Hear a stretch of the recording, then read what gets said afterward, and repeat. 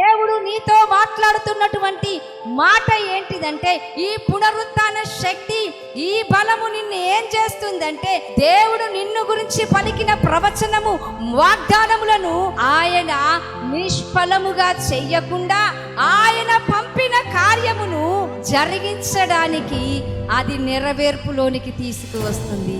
యేసు క్రీస్తులో ప్రవచనాలు నెరవేర్చబడ్డాయి. నీ జీవితములో ఈ పునరుత్థాన దినమున, ఈ పునరుత్థాన శక్తి ద్వారా, ఆయన బలము ద్వారా నిన్ను గురించి చెప్పబడిన ప్రవచనాలన్నీ, దేవుని వాగ్దానాలన్నీ నెరవేర్చే కాలములు వచ్చుచున్నాయి. యేసులో నెరవేరునట్లు నీ జీవితంలో దేవుడు నెరవేర్చే కాలములు నీకు తీసుకొని రాబోతున్నాడు. దేవుని వాక్యము స్పష్టంగా చెప్పింది.